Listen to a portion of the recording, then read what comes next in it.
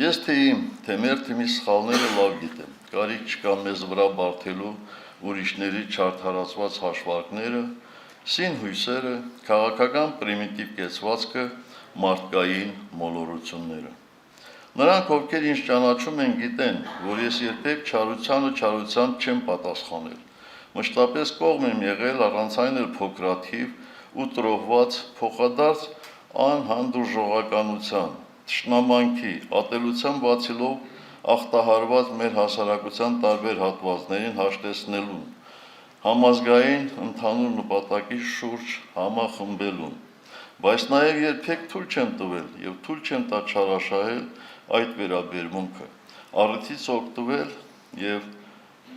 անցնել բոլոր սահմանները, ոտնձգություն թույլ տալով իմ կամ իմ կուսակցական ընկերների արժանապատվության անցած ճանապարհի հանդեպ։ Ուստի որքան էլ հասկանում եմ այս տգեղ անհարկի ժամանակավրեպ իր խորքում նաև վտանգավոր գործընթաց արդարացիորեն քննադատող, կանգ առնելու, սթափվելու կոչեր հնչեցնող բազմաթիվ սրտացավ մարդկանց, այնուամենայնիվ ուզում եմ ասել նրանց, որ արդար չէ բոլորին նույն արշինով չափելը։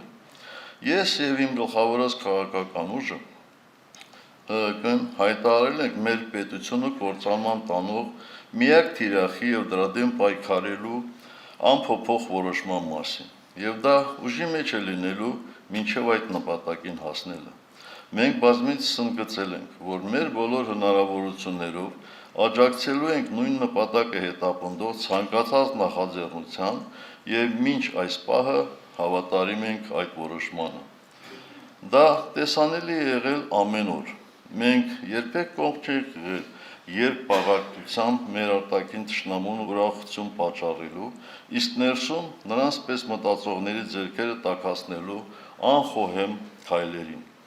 Մեր ժողովրդի ամբողջ պատմության ընթացքում ամենախայտարակ պարտությունները պառակտվածության, իրարուտոցի եւ դավաճանության հետևանք են։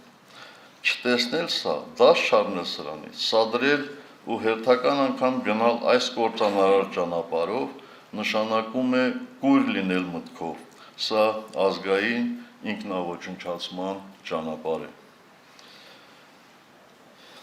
Եվ հիշեք, ով ստով, կեղծիքով, չարությամբ, թույնով լցված կգա մեր դեմ, ճշմարտությունով կզինաթափենք։ Նրանք, ովքեր պայքարի հիմնական ուղղությունը շեղում են, հավանաբար այլ նպատակ ունեն։ Մեր նպատակակետը հստակ է եւ անփոփոխ։